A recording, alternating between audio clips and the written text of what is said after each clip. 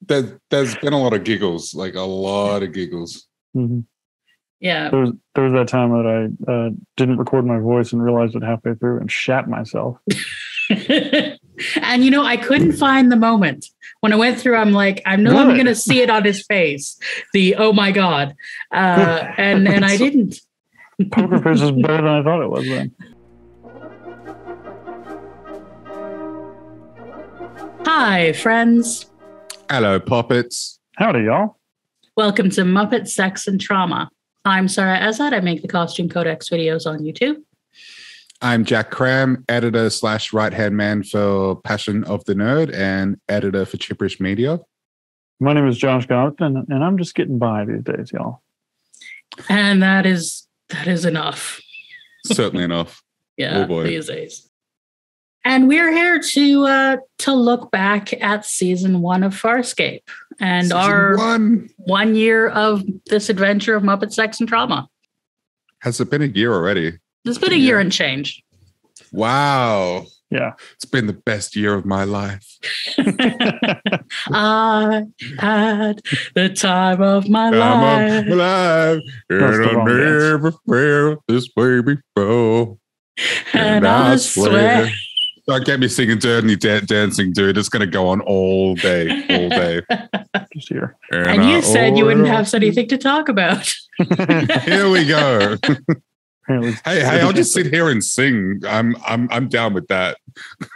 Josh, do not look at me like that. Do not. No. Bad Josh.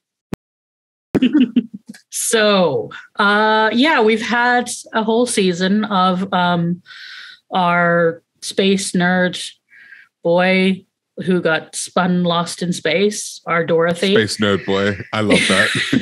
Space nerd boy. Can we refer to him as space nerd boy from now until the end of the show? Sure. Okay. Cool. John, space nerd boy, whatever he calls himself. Astronaut, that's what he calls himself. SNB for short. And he was doing an experiment and got slingshot across the universe where he accidentally ran into the prowler of a complete loon, or the prowler of the brother of a complete loon,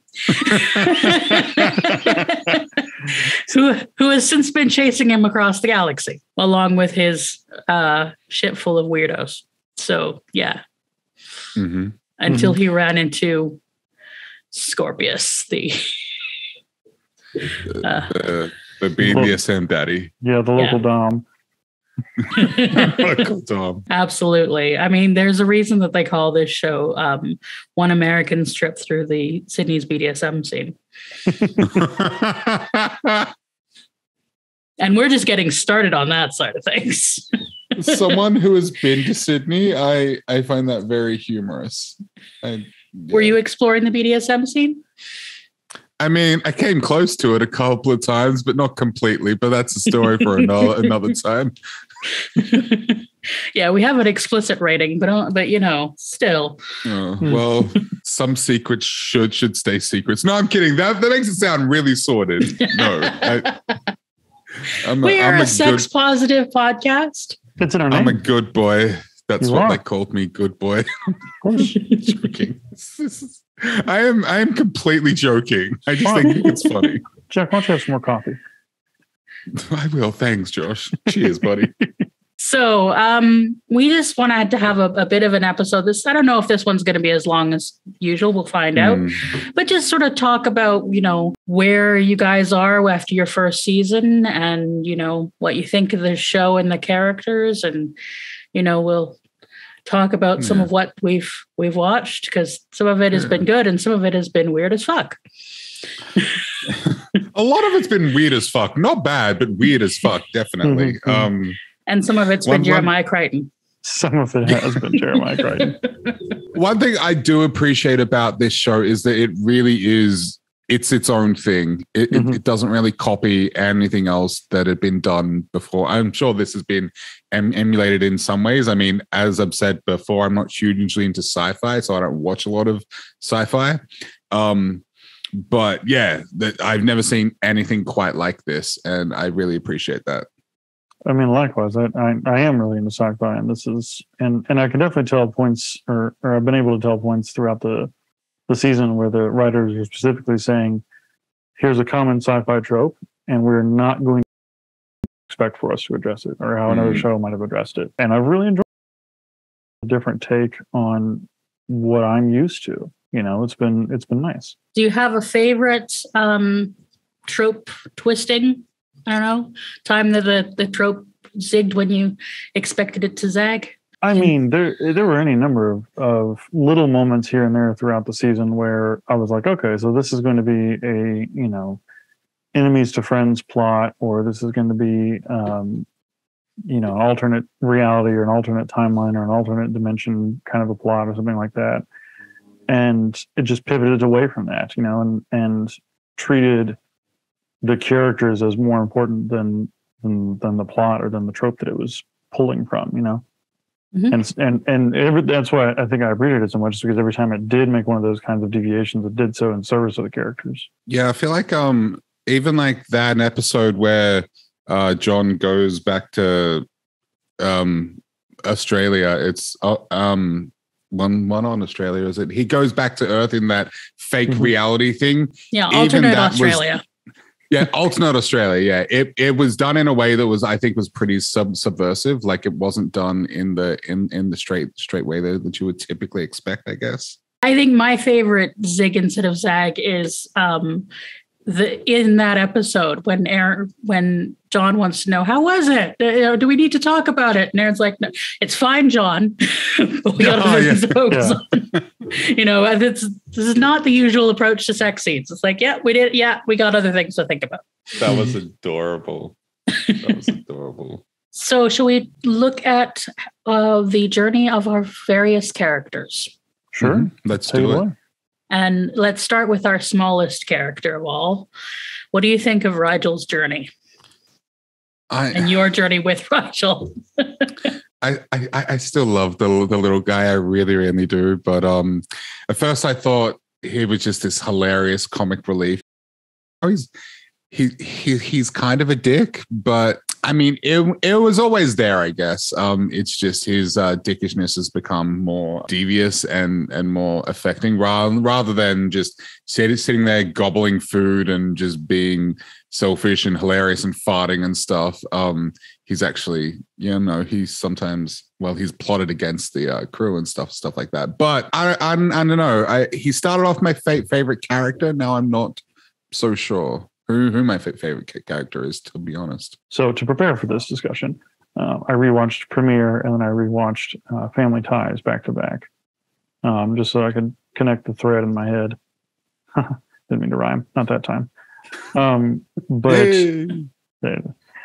Rigel, I remember really enjoying him in early episodes and catching glimpses of a much more like compassionate, altruistic version of himself that was kind of beneath the Dominar exterior and what I make up like how he had to be in order to survive the palace intrigue, which I mean obviously he ultimately didn't because his cousin bumped him off the throne.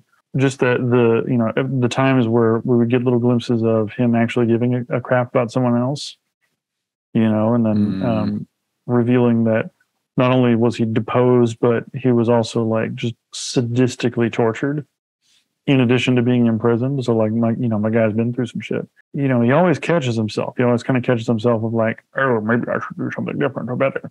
And then John in the finale pushes him past that. And he's like, yeah, but like start from there. Stop doing the right thing after you've been caught doing the wrong thing. What does he say? It starts at the beginning of the day or something like that. Yeah. So I really like him. I suppose I need to remember he's quite a nuanced character. It's just he really pissed me off like that. That really, really bothered me. But no, you're right, Josh. He has shown there is some good in him. I kind of wasn't thinking of that, but yeah, he's definitely. I don't know. His nuanced character, and that's what a character should be, I think. Mm-hmm.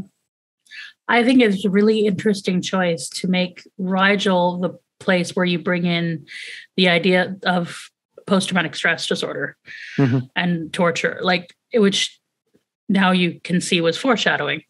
That we had that in this, little rubber guy, which is what the actor who voiced him called him, the little rubber guy. Or no, it was a little rubber chap. That makes it even better. That's what we call him from now on, little rubber chap. LRC, little rubber chap. You don't expect that kind of depth, and to have that be where you bring in an idea like that. Even though it was clear from the start, I think, that all of our characters had some serious shit in their backstory. Oh, yeah, unquestionably. They've all just been horrendously mistreated leading up to the moment where, John gets squirted out of the wormhole. I'm sorry. Yes, Jack? Yes, Jack? Squirted out of the wormhole. I'm sorry. I'm still 16 at times, and I'm really, really, really sorry. I'm glad I can still get you sometimes. Well, talking always, about baby, always. Talking about being 16, how about we talk about the newest addition to our cast of regulars, Chiana. Chiana. Oh, Chiana. Take it away, Jack. Let me just get it out of the way. I'm very, very, very attracted to Chiana. She's a gorgeous, vivacious, sultry lady. But I really love her. Like, I get the sense that she could kick anyone's ass, even Dargo. I really think she could beat the living crap out of anybody, and she always has this sense of like danger about her in a way, and that she can really hold her own. She is a character who uses her sexuality, but it's always in a way that's in service to the character and not to turn on the male audience members. It's always in a way that is a strength to the character, I think. Yeah, it's so far anyway, she's done a really good job of averting the male gaze. But yeah, I liked her, and I liked the opportunity to, like, what it seemed like her character gave the writers the chance to do was really kind of demonstrate how far everybody else had come as like this found family. Because when they were adopting somebody into it, they all had their kind of their roles already. Rigel was the weird uncle, and Dargo and Aaron are brother and sister, and John is, space nerd boy, and bringing her in and getting a chance to have her play off of each one of them, and, like, I guess for want of a better image, like, pluck at the strings of the relationships that have developed between them, and just kind of let us hear what it sounds like. It's really good. Plus, she's just, just absolutely. Gigi Edgley is just absolutely buried in that role. Like, she's so convincing. She doesn't seem like an actress. She seems like an alien. Yeah. I feel like she really threw herself into the role, because even just from the get go, she felt like an actualized character. Yes. Like really fleshed out. Like, yes, immediately, and you don't often get that. That is exactly what I was trying to say. Yes. According to the illustrated guide, the physicality was her choice. Like, it wasn't the character as written was, going to have the gray look and everything, but they didn't have the idea of mannerisms and all of that. And she was like, this is an alien person. I could do anything. And so she brought that. And I think we can see that that's probably what, watching her audition is probably what made them go, no, this isn't a one-off character. Because the original intent was when she's shot in the leg, that was supposed to kill her. Oh, okay. But they rewrote it to be shot in the leg and for her to survive, because if you see, you'd have to be an idiot to let that character go. Yeah. I do think that there are moments where it leans into the male gaze. I think particularly we had the really uncomfortable moment where Rigel was assaulting her. Oh, yeah. I forgot about that. Definitely wanted to forget about that. Yeah, that was. Yeah. And it was played as a joke, which just makes it kind of that worse, I think the way to think about it is, I feel like Chiana is a moment in the conversation of how we represent sexualized female characters, because most of the time it is coming from her. Mm-hmm. And sometimes it isn't. We can see the writers trying to, do something that they don't have a lot of experience with, a character that is sexual, and also where it's always a subject, not, keeping it internal. If you're going to do that, you can, but the response should be that Chiana punches him in the face or like twists his arm and like actually defends herself. I think she threatens him in that moment, but it's she does. But also the production validates it too, because there's this like playful flute in the soundtrack over the moment instead of anything else. Yeah, in some way, or it's something that's out of character for him, and that clues us into something weird. Yeah.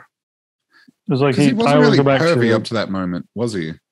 Well, and I always go back to him rejecting Zahn's attempt to seduce him earlier in the season, where he's like, "I'm not a body breeder."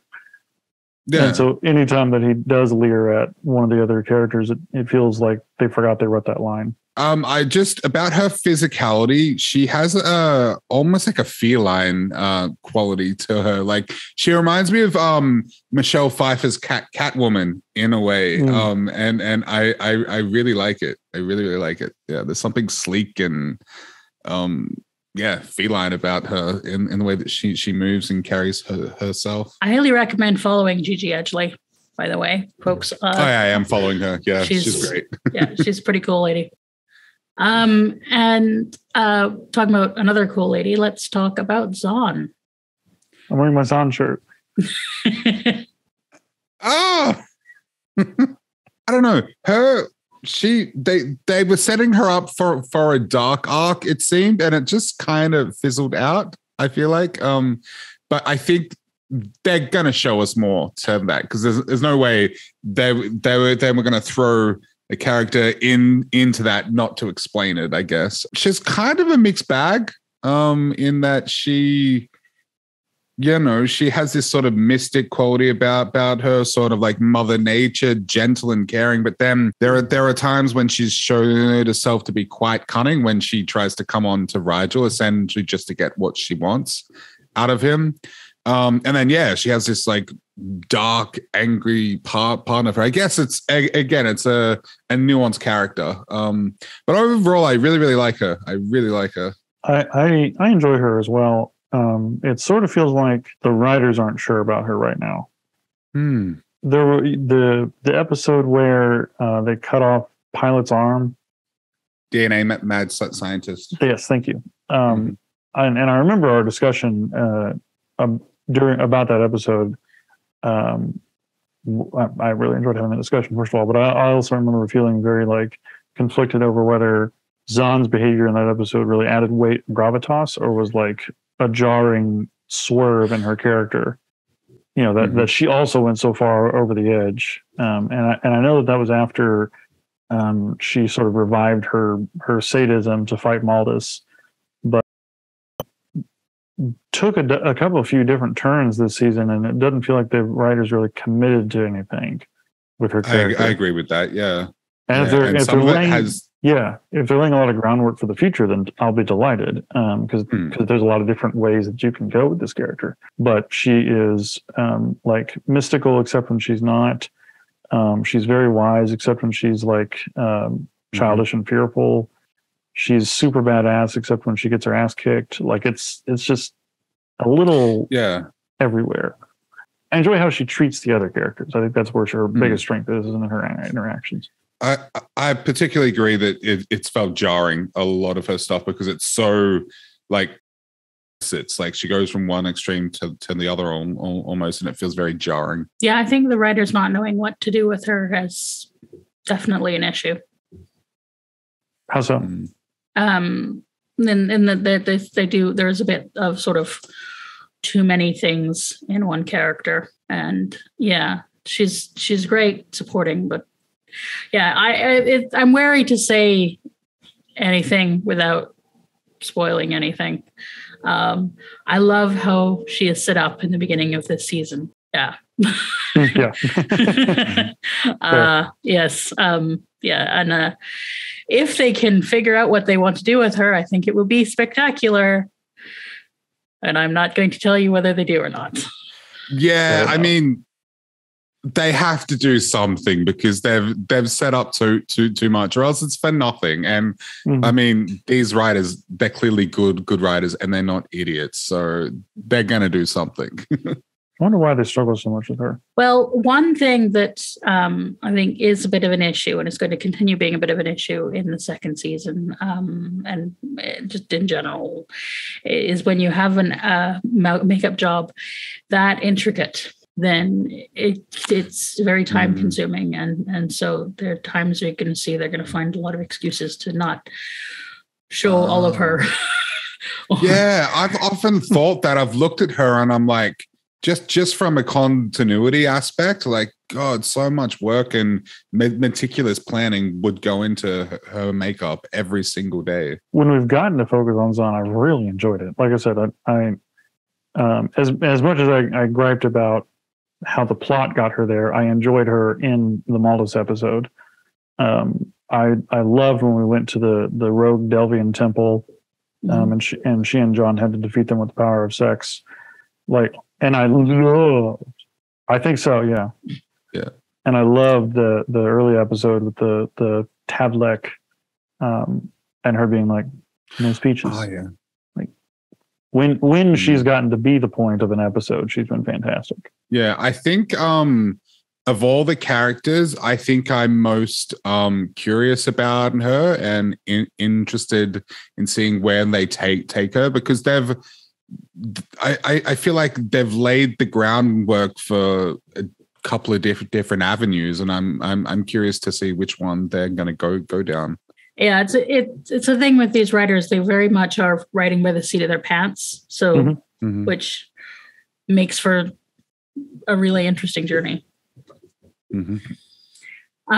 So moving on, should we talk about Dargo? Dargo, he's grown on me. I made it pretty clear early on that he bugged me because I just saw this like tough guy bravado, and I find that so boring.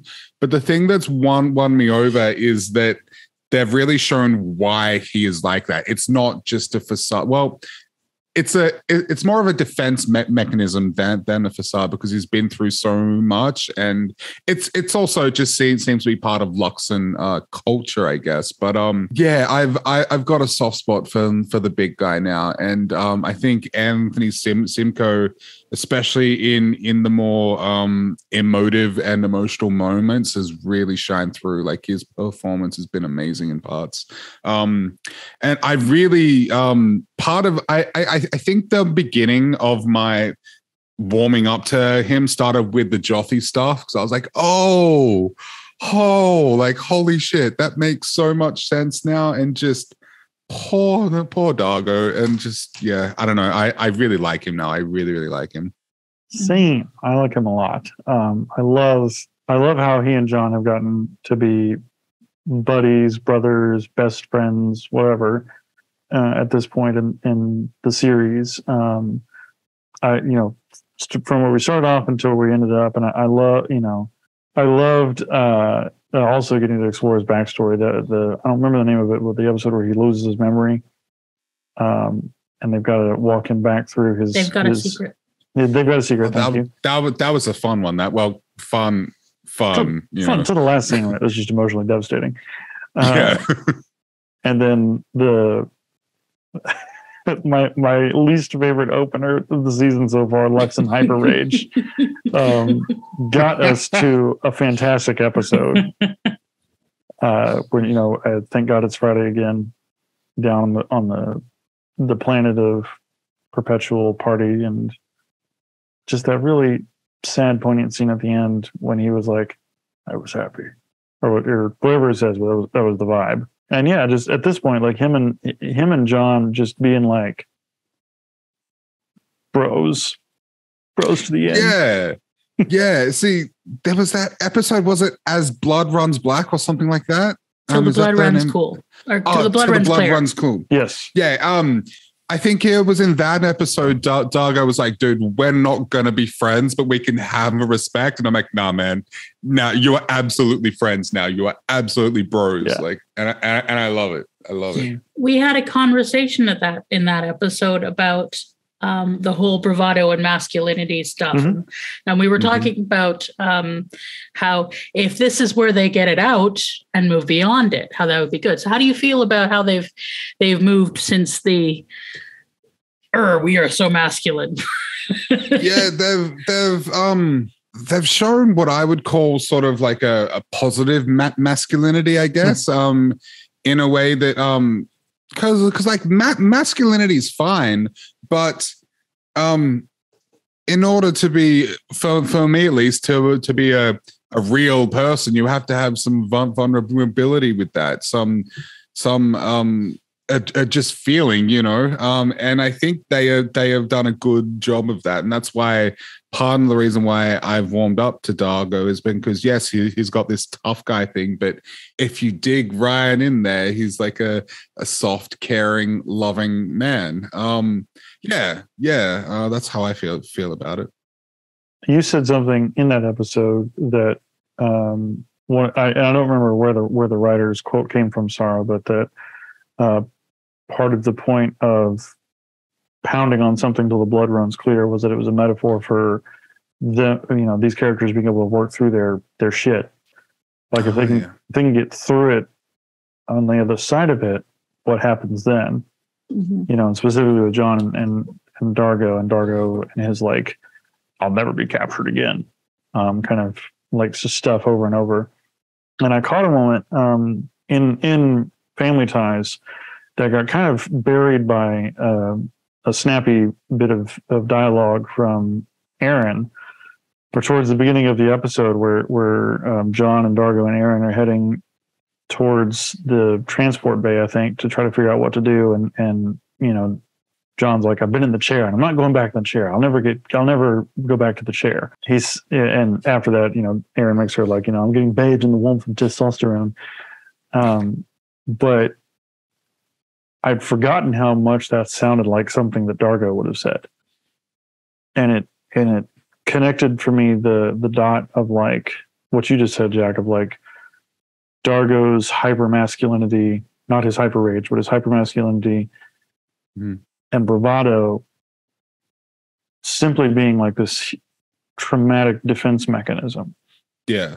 You know, like he's got clavicle rings that he got chained to the ship through, and just all the crap that he's gone through, and his reaction is to puff up.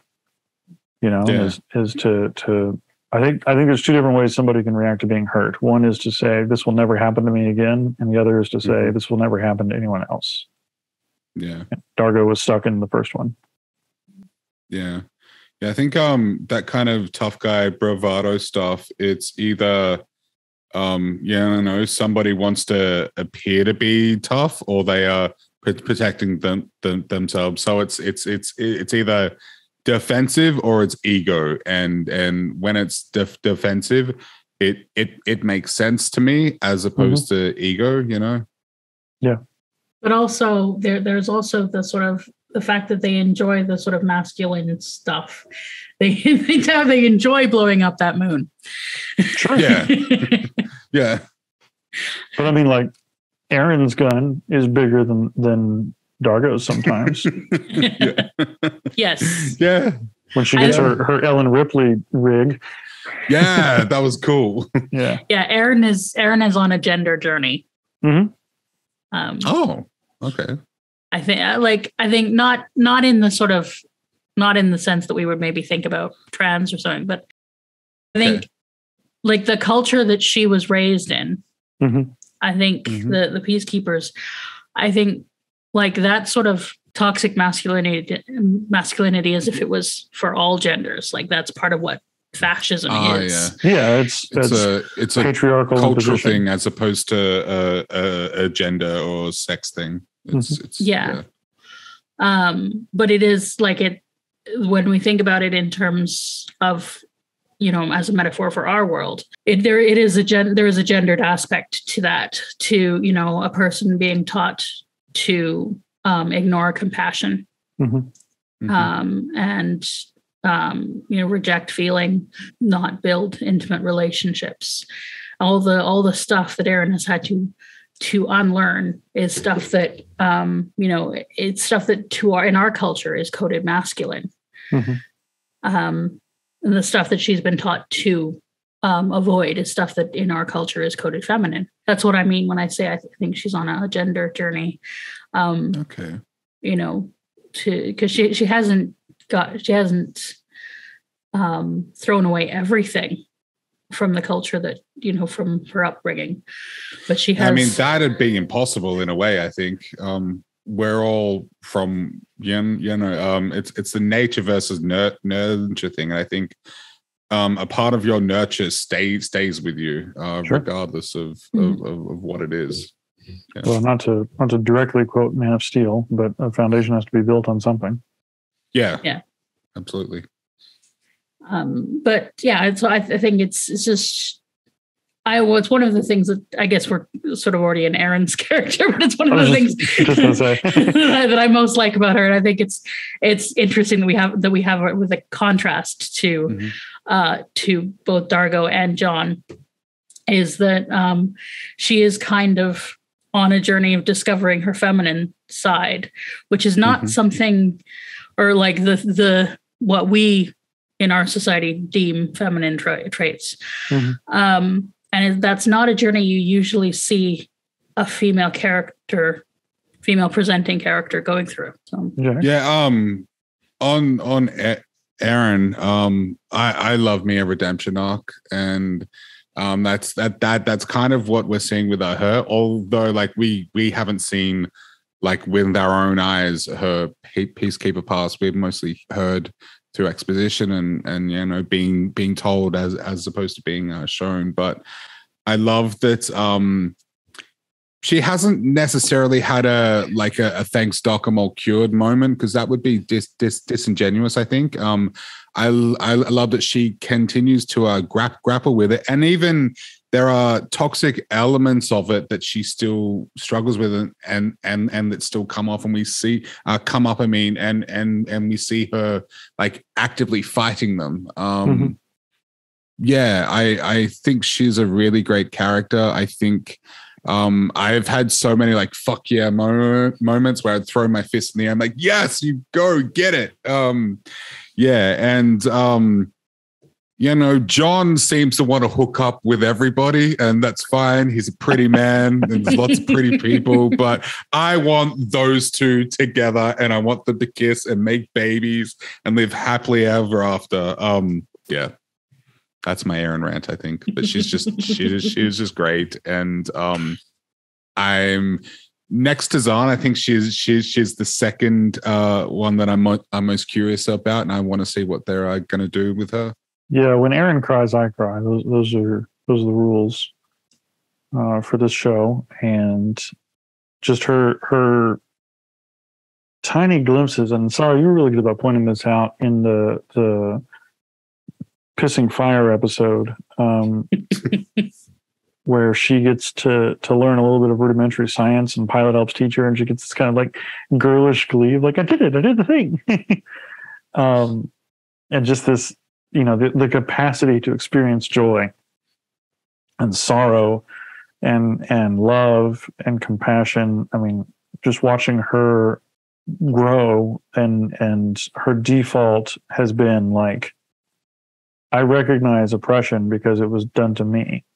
Like I recognize mistreatment of others because of what I went through. And so she's one of Pilot's staunchest allies. I love their relationship. And, anytime they have a chance to choose helping somebody or not choosing to help somebody, she's usually, and to the other character's surprise, one of the ones who's like, no, we're going to have to help them. We have to do what was done for me.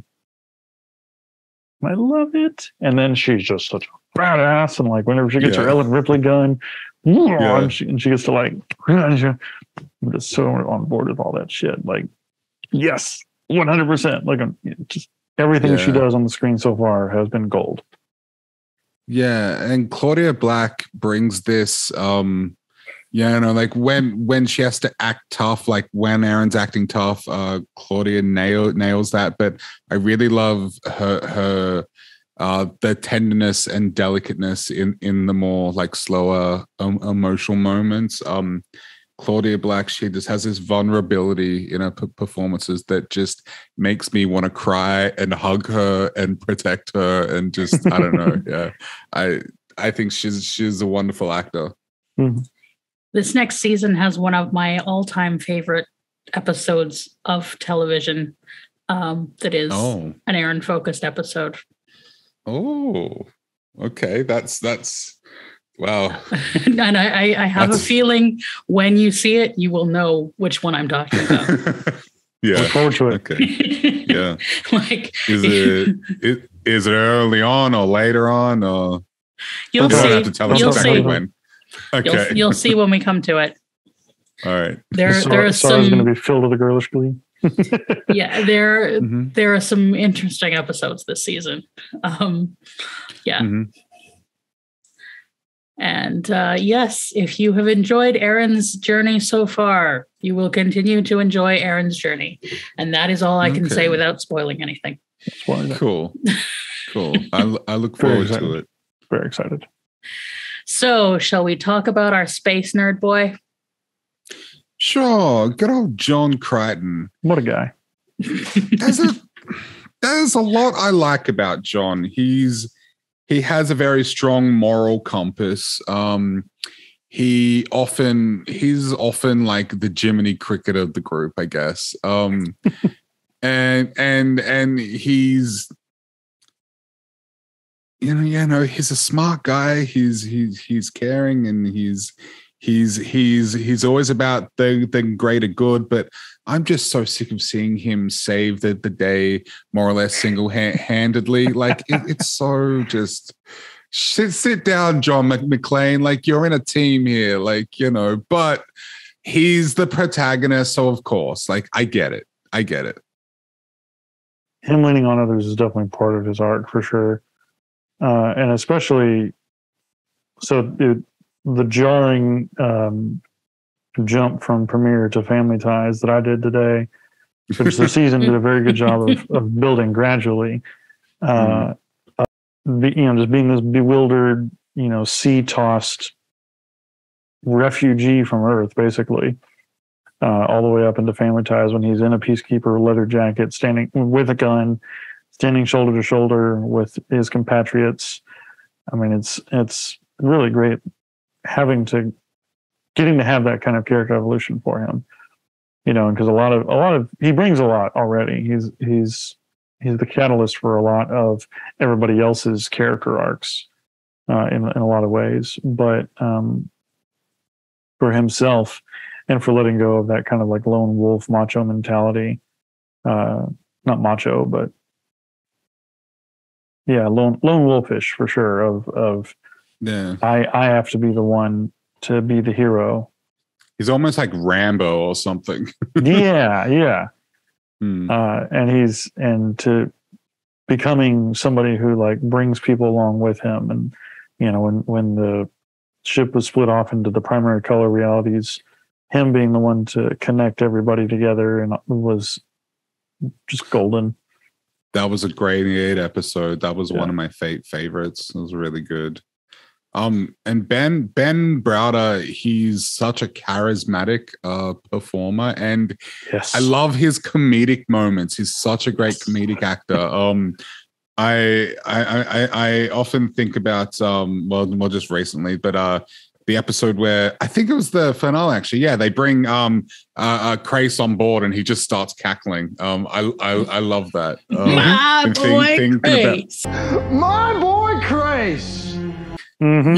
Yeah. I've been thinking about that and a bit lately because at this point we watched it a little while ago now. It was a couple of weeks ago, and yeah, I think about that a lot. It's quite good. I think he's great.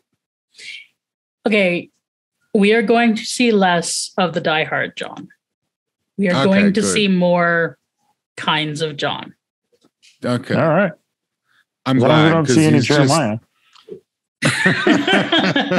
Let's. There's some iffy episodes this season, but there's nothing like Jeremiah Crichton. There are always going to be iffy episodes.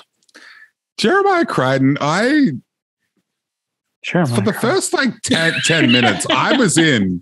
I was like, oh, this could be really cool. And then it just nosedives. It doesn't slowly go down. It jumps off a freaking cliff. Like, holy shit. Yeah, but the fact that everybody involved could be like, yeah, that was a pile of shit. I think that's a good thing because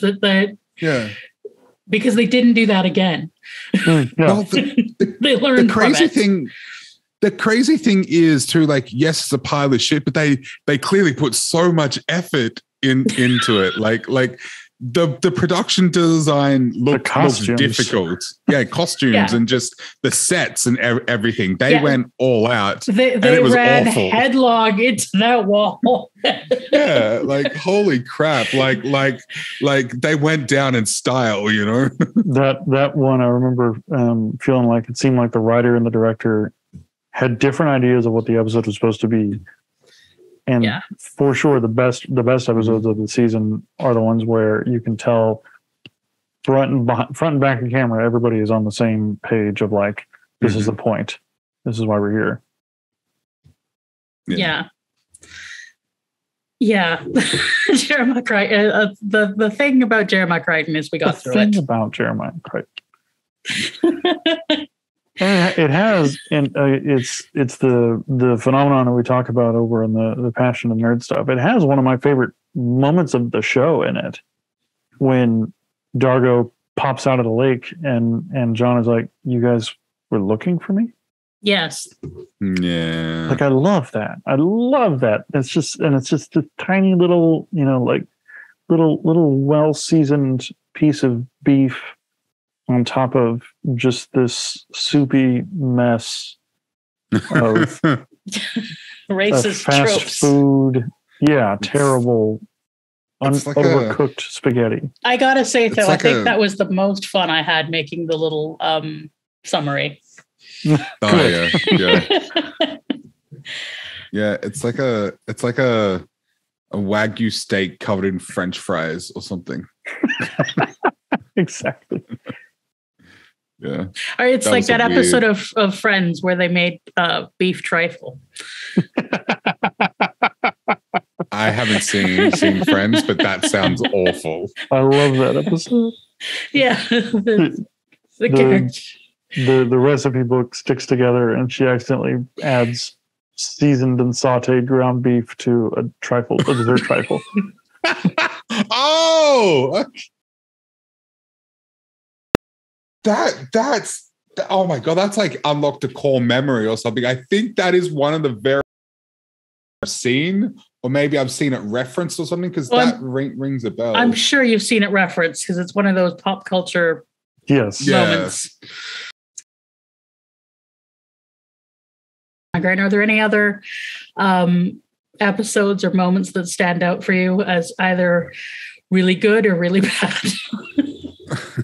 Josh, you look like you have something to say, buddy. So why don't you take the floor? This is the last time that I'll beat this drum with this dead horse. But Lux and hyperrage was the most ridiculous. Like, what is happening? Opening 30 seconds to get us to a plot of an episode of the entire season. Yeah, I think that was one of the moments that sort of put me off Dargo a little bit. That was like, okay, but yeah. Yeah. The rest of the episode is fantastic. Yeah. I mean, there is this rule of storytelling that a contrivance, you need some contrivance to start the story. Mm-hmm. But you can't use contrived, convenient nonsense to get out of the story. Like to get your characters out of trouble. I don't mind contrivance, but that was just absurd. That was that was it was kind of like, But okay, are we I'll all never, right? and for all of our listeners out there, I'll never mention Lex and Hyperrage again until the next podcast. I was about to say, what? Yes, you will. You absolutely will. Yeah. Okay. He's lying. All right. So how about any good standout moments? I mean, I love the episode DNA Mad Scientist. I think it's so hard to pick a favorite episode, but gun to my head, I would have to pick that, I guess, even though I'm a big fan of the feels and there's much more like there's episodes that are a lot more feelsy, but I like the DNA Mad Scientist because it's like firstly, aesthetically, I love, what's his name? Namtar. I love his design. It's freaking amazing. Yes. Just, I think that's probably my favorite, like mini bad or whatever you want to call them. But I liked that episode because of its themes. Like it had a lot going on. It was sort of like a cautionary tale about selfishness and greed and how like being tempted by those things can come back and bite you in the ass. And then also this sort of was talking about sort of technology and how technology that can be seemingly good or can be designed to be helpful to mankind can also be really destructive if used in the wrong way. And just like that also had like one of the most gruesome moments where they rip off Pilot's arm and shit. Like that, I don't know. I had so many what the fuck moments in that episode, and you guys know I'm a big fan of what the fuck. Yeah, that was some quality body horror. It was like I enjoyed it as well all the way through.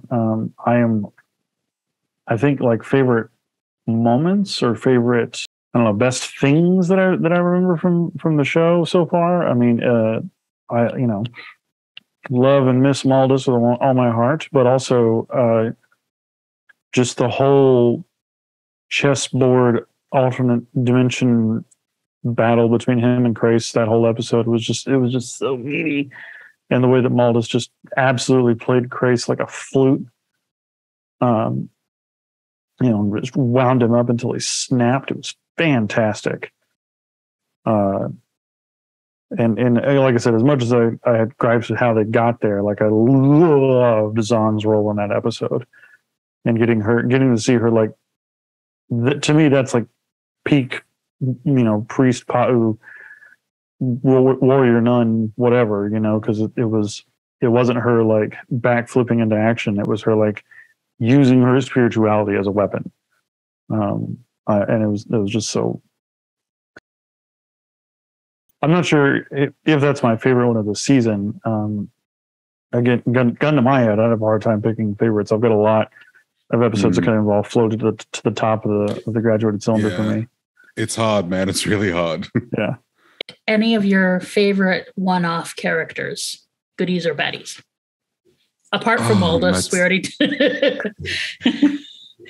Matala. Oh, Matala. I knew you were going to mention Matala. I've been waiting for you to mention Matala. I don't, dude, I still don't get it, but there's something about her. I don't get it. I've been waiting for Matala. I think I clearly like dangerous women, which is something I should bring up with my therapist because what the fuck, Jack? I've been watching the show called Farscape. Oh, there is a character coming next season that if you like Matala, you are going to be intrigued by this particular character. Yeah. Okay. Yeah, I love Emily, and the other tree guy, whatever his name was, Bernie. Yeah, Bernie. That's it. Yeah, his design was amazing. Yeah, Bernie and Emily. They didn't give a shit about those names. Yeah. Or they were just having fun at me, like, yeah, the alien names are so Bernie. Yep, they were going with that. I found all the other in Rhapsody in Blue, all the other blue people all kind of like melded together in a way. They didn't really stand out to me all that much.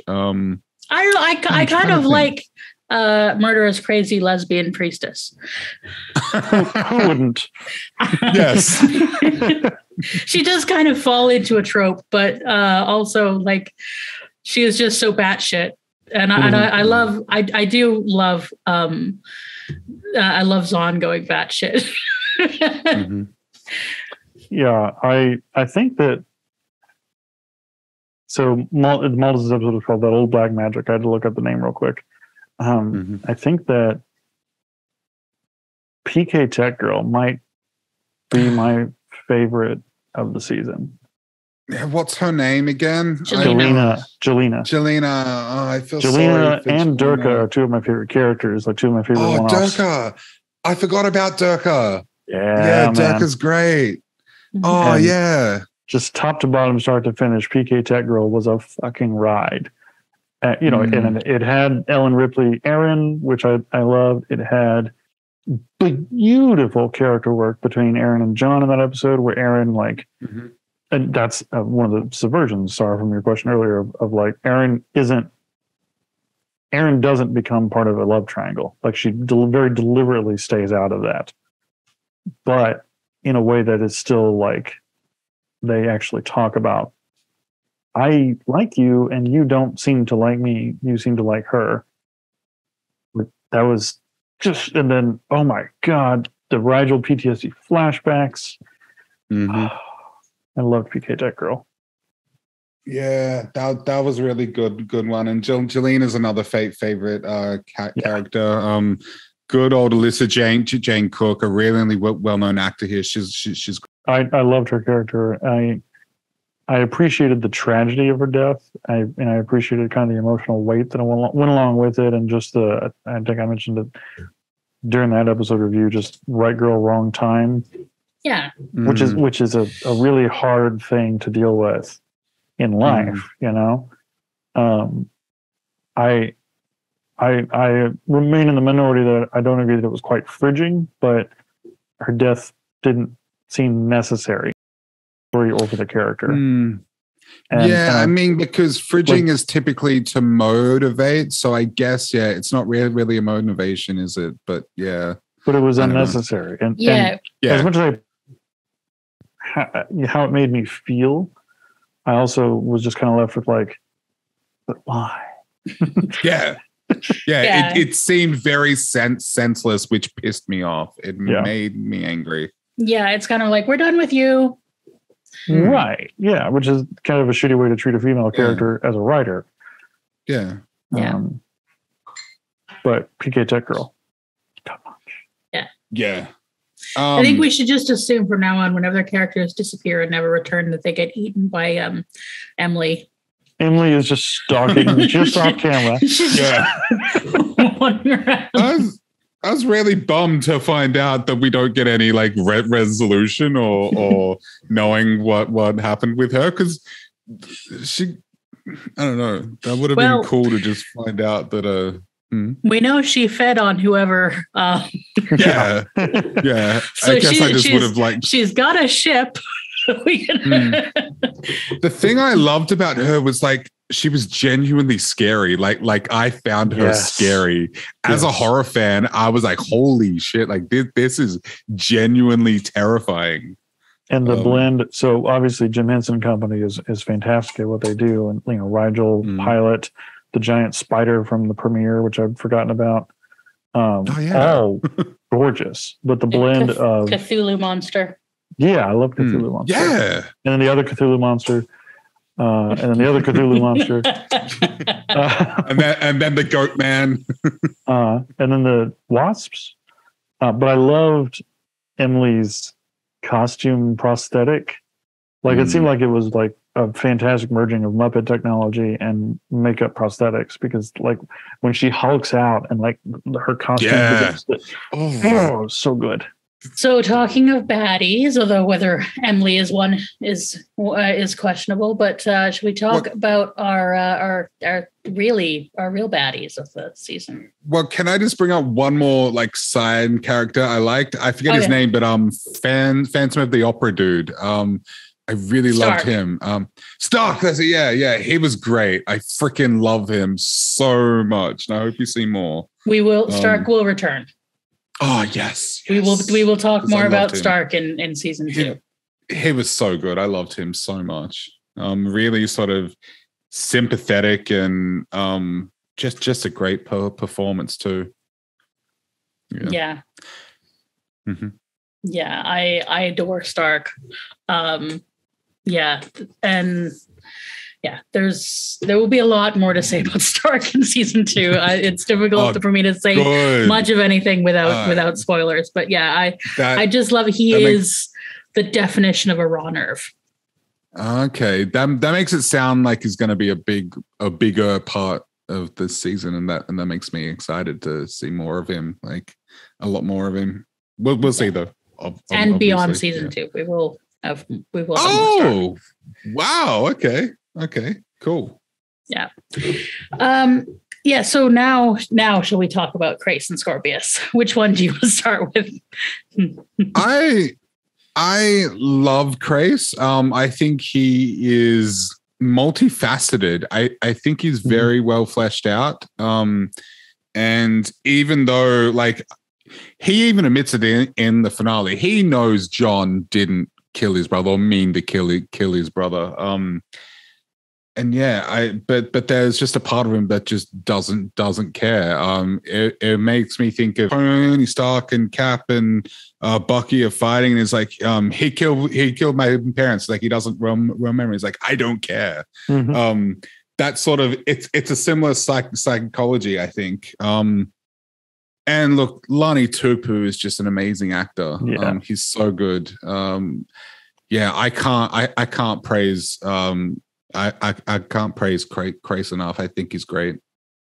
He's a fantastic antagonist because he is personally an antagonist for so many of our characters.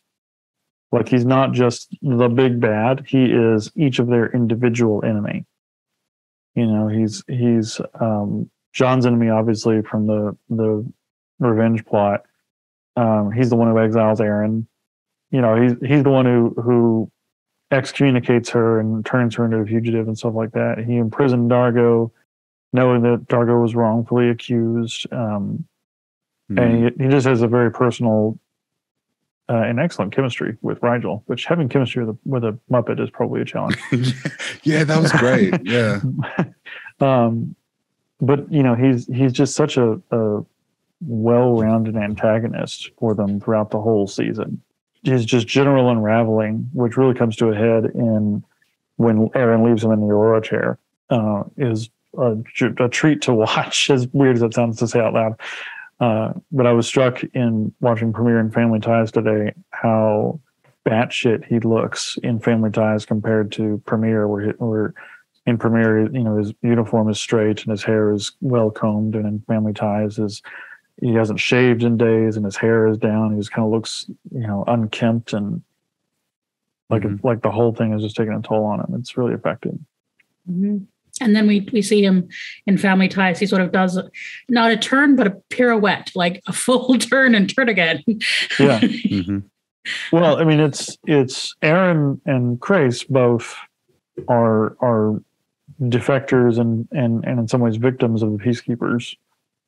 You know, in as much as, you know, that kind of like fascistic patriarchal indoctrination also victimizes the people that it turns into victimizers. Krace, again, just like with Aaron, gets like 5 minutes of compassion. Mm-hmm. And that's all it takes for him to start like rethinking his life choices. But he doesn't stay with them the way that Aaron did. And so he's stuck. And I would imagine he's probably stuck in a like, I'm not worth saving kind of cycle of self-hatred. You know, like in his conversation with John, where he's like, at some point I knew that I was wrong, and I kept doing it anyway. And so him taking Talon and fleeing is, haha, now I'll never have to look at the results of my shame, you know? Yeah. I do. He is such a fascinating portrayal of a narcissist. In that it is definitely, it is not that he has, it is not simply that he has an inflated sense of self. It's that inflated sense of self is a donut surrounding a complete absence of actual confidence. Yeah. Yeah. It's a facade in a way. Yeah. You know, getting to see the way that he remembers his father treating him in that old black magic. Mm-hmm. That's really apparent. Yeah. He doesn't think he's actually worth it, so he has to make everything about making himself worth it. Mm-hmm. Or proving that he's not worth it. Mm-hmm. Let me be the bad guy. Yeah. And let me do it all the way. Mm-hmm. I still think we're going to get him turning to the good side, the light side properly, not like pretending to and then pissing off when the shit hits the fan. I still think it's coming, but we'll see. I guess maybe even we'll have like a Darth Vader and the Emperor moment where like he kills Scorpius and I don't know to save the crew or something. But I just feel like they've shown lots of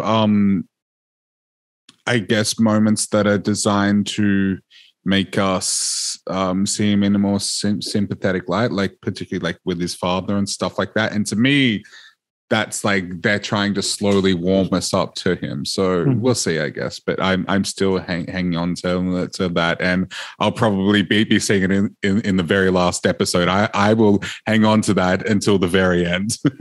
I'm interested in seeing, because I mean he's been lawful evil up until this point, where he's had massive power to back up his harm that he wants to perpetrate and he does perpetrate. And so I'm interested in seeing kind of a chaotic evil Krace, a Krace who's cut off from his support system, and like what kind of an antagonist does that make him. So maybe he redeems himself, but I'm here for the ride till he does. It's going to be an interesting ride. I'll bet. Yeah, maybe. Yeah, because that's pretty much essentially that scene seems like what they've set up here in the finale.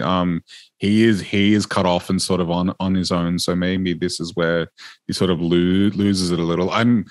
I'm really curious to see how they're going to resolve everything that happened in the finale, because like it left it in the highest of stakes. Like, holy shit. Yeah. It's interesting what they do. And I will tell you that we will see Krace. Good. Okay. Cool. And we will also see Scorpius. Good. Scorpius. Because Scorpius is going to be in the main titles. Oh, what? I'm not sure if it's right away from the second, but Scorpius is wow, important.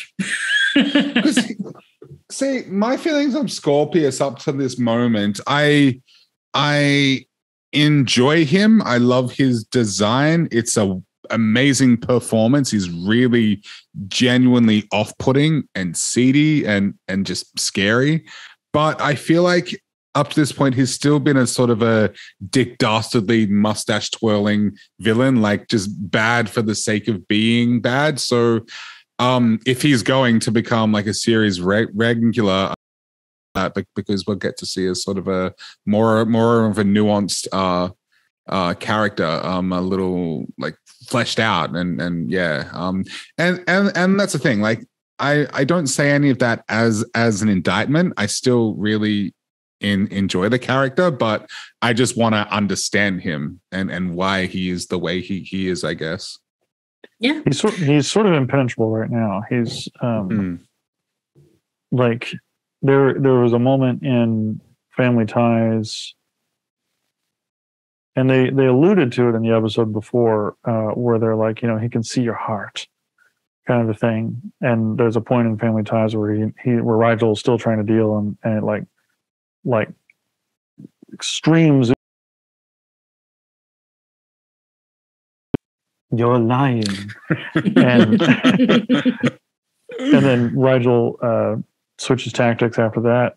After a couple more shutdowns, and he's like, "Now you're telling the truth." And I'm wondering what's going to come of that, because an empathic villain is fascinating to me, and especially they're more dangerous, I think. They can be, yeah. If it's utilized well, there's being a unabashed Trekkie, Counselor Deanna Troi, basically had a superpower on Star Trek: The Next Generation that they hardly ever used as a superpower. Mm-hmm. But getting Scorpius, if he has similar insight or abilities, or his species can read your heart, then that'll be interesting. That'll be very interesting. Because it makes me also wonder, if that's why he was able to play Crace like a fiddle so quickly and easily, and his usurping of Crace's leadership role is straight out of Avatar: The Last Airbender, when Azula takes over the Dai Li from Long Fang. We are going to learn more about Scorpius. Mm-hmm. Yeah. And yeah, he is one of my favorite antagonists. Just ever. I got to say, Poker Face has been on point this episode. Well done. Let's talk about the character arc of Sara's Poker Face. There's been a lot of evolution. yeah.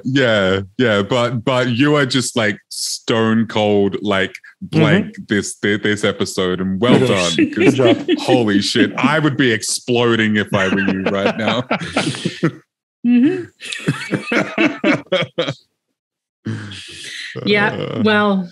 There will be people at home who will definitely be having some reactions. I'm sure. Yep. Come along with the journey with us, y'all. Yeah. Yes. But don't spoil anything. No. Josh and I are newbies. We don't know what's going to happen. We haven't watched ahead. We're going to unfold. Yeah. Do you have any thoughts on the wormhole? Sort of, it's not exactly a plot so much as a theme that sprinkled seasoning throughout the season. I mean, I'm curious about the the idea of being locked away in John's head. I find that fascinating. But I do like the kinds of plots that come about of why am I here? Why are we here? What if there's a larger design that brought us together? That kind of thing.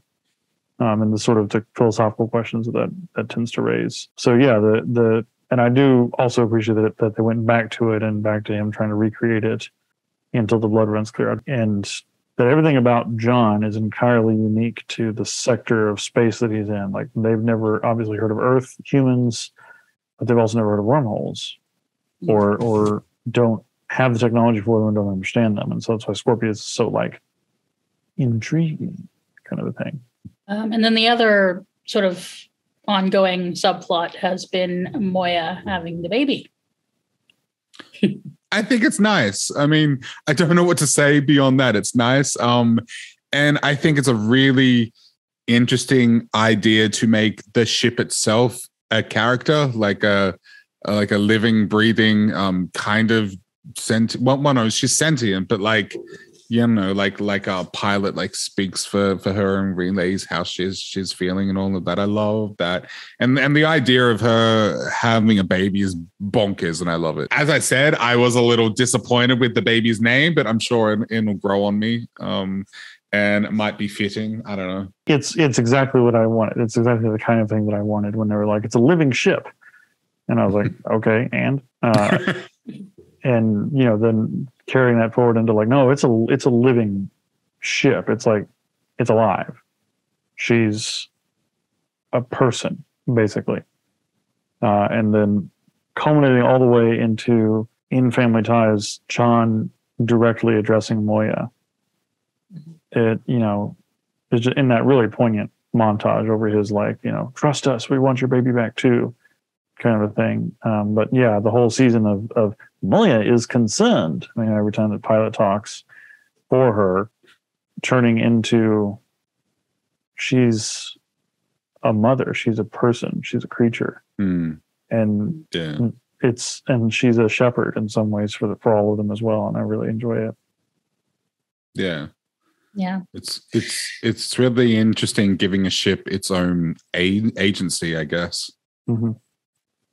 And it's interesting that we also have the character of Pilot, who we didn't talk about when we talked about our crew, because he's sort of part of the crew and also somewhat separate because he's he always feels separated and part of the ship. He's almost like he's sort of a exposition-y too, in a sense. But I love the design. I think it's a great puppet. And it still blows me away that he's voiced by Lani Tupu. I think that's crazy and cool and awesome. I would love to see Pilot become just a bigger part of the show in general. But he's always stuck in that one place, like on the bridge or whatever it is. I don't think it's the bridge, but it's called Pilot's Den. Pilot's Den, he seems to always be stuck there. Also, I was you don't really notice until you see him with another character, but he's huge. He's really big. Yeah. I hope there's an opportunity to get Pilot out of his den at some point, because I like him as well, and I really like I loved his rebuff and soreness after they rip his arm off, and just kind of like the snarky, he's got like a Butler Alfred kind of a vibe for most of the show, but the very like, hey, that wasn't cool, guys. Don't he's so forgiving. It's like, holy shit. Yeah. But passive aggressive Pilot is my favorite Pilot. Sassy Pilot. I mean, also sincere Pilot, but and then of course his relationship with Aaron is golden. It is, yes. To sort of start looking at favorite things, I was thinking, what's your favorite Muppet? I gotta say, like, Rigel, because of just how absurd, like, he farts helium, he pisses fire, like, just shit like that. It's just bonkers, and I really enjoy that. But there's been so many. I mean, I love Namtar, but I think Namtar's more of a suit than a Muppet. I've said it so many. Yeah. I've said it so many times, but Jim Henson, they really they brought their A game for this show. Like, holy crap. I don't remember anything else about the episode. Like, I don't remember why that creature was there, but when Rigel had to walk up that alien birth canal to negotiate with her. Up the cloaca. Yeah. I forgot about that. What the heck was it? That was an amazing creature design. So absurd. Yeah, that creature was pretty good. I mean, Rigel and Pilot, I think, obviously, are going to be are the best ones because they are the ones that they got to spend the most time and effort on. And especially the way that Rigel like emotes. Yeah. I'm going with Pilot. Particularly the work that they did in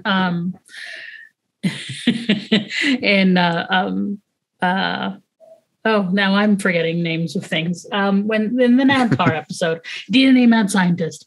When in his conversations with Aaron and that, they just did amazing. So, what is your favorite sort of use of or discussion of or instance of sex?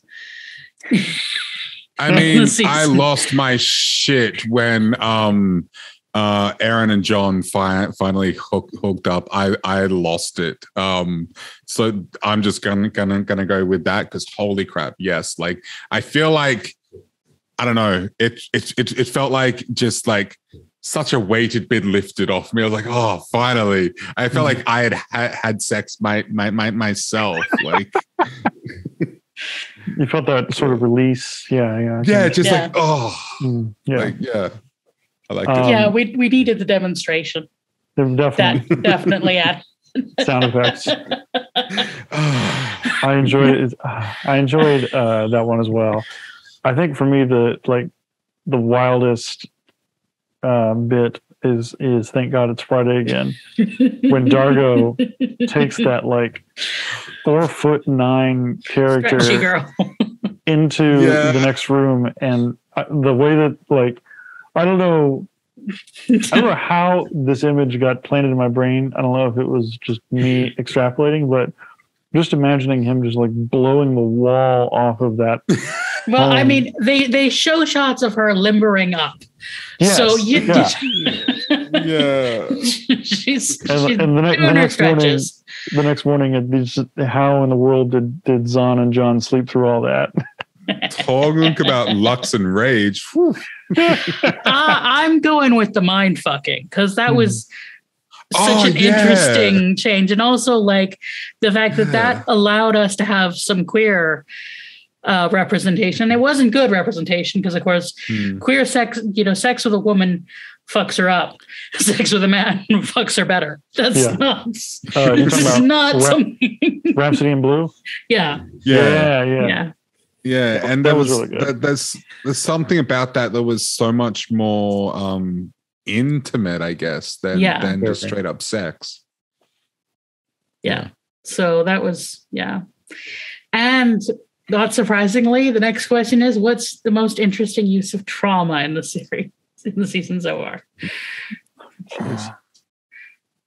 I think I got to go with Rigel and Durka. That was holy crap. And again, they did it with a freaking puppet. And I was so emotionally affected by it. It was incredible. Yes. And the way that they follow up with it in Durka Returns. Very effective, very, very, very good. I mean, and this is one of the avenues that they set up for Zahn, Zahn's whole I murdered somebody, and I tapped into the worst parts of myself in order to do something that I thought was just. And how can I possibly still be a priest? After those kinds of things, and then Aaron's trauma recovery is a season-long affair, and John's trauma recovery pretty much gets resolved in Jeremiah Crichton, for better or for worse. But well, at least the first instance of trauma. Yes, the him getting shot through a wormhole trauma. Now he's got the chair to contend with. For me, it's Stark. Because although we only see him in the chair for a small bit, just everything about Stark just tells us how traumatizing, between Ben Browder's acting in the chair and just everything Stark. It just tells us so much about what the chair is and what Scorpius is. Mm-hmm. Yeah, he was so traumatized to the point where it broke him, and sent him kind of crazy, like Drusilla and Buffy or something. And yet he's also not totally crazy. He has moments of lucidity. Mm-hmm. Yeah. Some of it is a facade, some of it is how he's protecting himself. I like that too. And also, Dargo, his expression of trauma and how it affects him is really I think his is more along the lines of PTSD, but I guess so is Rigel's, I suppose. But I don't know. So far, the show's just done trauma really, really well, which is not something you would expect from a sci-fi show like this. Like aliens and spaceships and all that stuff. You wouldn't expect it. Well, at least I wouldn't. But maybe you guys were much more well versed in the genre. I don't know. Well, I mean, when I named the podcast this, you kind of it was kind of a heads up. It's another thing that sets Farscape apart for sure is how interested they are in having those conversations. Yeah. I think that's why I have enjoyed this, even though I'm not into sci-fi. It's because it's so much more than that. I think in some ways the sci-fi elements are the least interesting. Well, not the least interesting, but there's just so much more going on that's more important than that. It's almost like the the sci-fi stuff is like a backdrop to this amazing character stuff. Which is what good sci-fi should be. It should be like, oh, okay, well, yeah. We present an opportunity to explore human stuff because we have taken it away from the everyday. Either we're projecting in the future and seeing how things may become, or, asking a question that you can't answer in ordinary life or something like that. Like it should be, looking, using the stars to look into ourselves. That's beautiful, Sara. I love that. That is freaking gorgeous. Using the stars to look into ourselves. That is, wow. I think perhaps the fact that I listened to Jessie Gender's epic 5-hour, watched her epic 5-hour sex in Star Trek and getting me into thinking about the way that we can use sci-fi, we can use the stars to think about ourselves. I like that. So I don't know about you, but I've always felt like the theme for this season is one of the big themes certainly, that apart from family, is loss. Okay. You mentioned that way back when we first got started. And I think it was in reference to I made some remark about how quickly John had acclimated to everything. And you cautioned me, and rightfully so, I think, that we revisit John and how he's actually coping at several points throughout the show, throughout the season, and like get that gets reflected for sure in all the rest of them. They've all lost something. Rigel has lost his throne and his empire. 600 billion, and Zahn has lost her sense of self, and Aaron realized that she never really had a sense of self, and all that kind of, like, everybody's lost something, and they've all suffered accordingly, and how they cope and heal and grieve has been really fun to watch. Yeah, I think loss, but also like new beginnings, because when you lose everything, you have the opportunity to start again. It's like in a traditional tarot card deck, the death card, people often freak out about it, but what it means more is like the death of an old situation and the beginning of a new. And I see a lot of that, like Aaron's found a new family and a new sense of self. Rigel, same thing. I mean, it's the same for all of them. They've lost everything, but they've found each other, I suppose, and through that a different path and a different or a deeper sense of self, I guess. Yeah. So we shall be on to season 2. There's going to be some changes. Okay. Still called Farscape? Yes. Okay. But they, in production-wise, they lost the studio that they had been filming in. So they moved to a different studio. And we're going to see a few little changes here and there. And some makeup changes to some characters, and, improve Rigel's puppets always improving and changing too. So there will be some changes. There's also going to be a change to the podcast. I've been doing the little video, I've been editing the little video part of the summary for all the episodes. And that actually takes quite a bit of time. So I'm going to mostly stop. And I'll still do the summary, but I'll only do a video clip thing for some episodes. Yeah. That's fair. No, that's absolutely fair. Yeah. Yeah. If you'd like, I can dramatically act out the scenes as you're reading them. We could have a chat about it and come up with something that's a little more collaborative, I guess. And I don't know. Yeah, we can have a think about it and a chat about it. And maybe there's definitely some episodes where I'd like to do something like that. But I think for most of them, I'm going to continue to write a summary because it's fun to write the summaries. And if you guys That's something we can talk about if we want to be more collaborative with the summary, certainly. Yeah. But yeah. There's always room for improvement in everything, and just like the show, this project of ours can be a constantly evolving thing. Always getting better and trying different things and stuff. Mm-hmm. Yeah. So I've loved making those, but yeah, and I do love making the summaries, but fair. I need to cut the editing time down a bit. So sure thing. And so the next episode. Time to introduce the next episode, and it is called Mind the Baby. Of course. Mind the Baby. Okay. Yeah, that makes sense. Of course. Yeah. Season 2, episode 1. Mind the Baby. Well, I'm ready. Editing Sara here. In fact, the next episode of the podcast will be Josh and I reacting to watching the original 1979 Muppet movie. Jack has had a bit of a flu, so we threw this in as a bit of a thing. So the following episode after that will be Mind the Baby. And then 2 weeks after that, we will be discussing the episode Vita Mortis. Vita Mortis.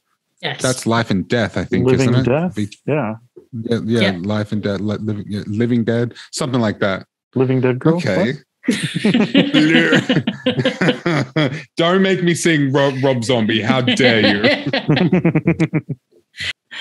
Okay. So that is what we will be doing in 2 weeks. We will be talking about Mind the Baby. Cool. Awesome. Okay. Thanks, friends. Thank you. Thanks for coming along with us this season. Yeah. Yeah. It's been fun. Yeah. Bye, friends. Bye.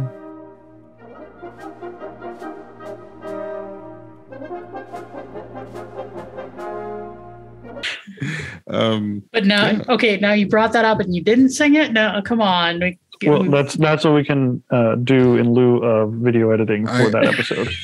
I can't think of the lyrics. I can hear the melody in my head. Living dead girl. There we go. It's been a while since I've listened to that song. That's the only lyric that matters. Yeah, we got some compliments on your Dargo impression, your Dargo Winston Churchill. I forgot about that. I can't remember the line, but it cracked me up. I was like, what the hell? Yeah, like, we shall fight them on the beaches. That's fantastic.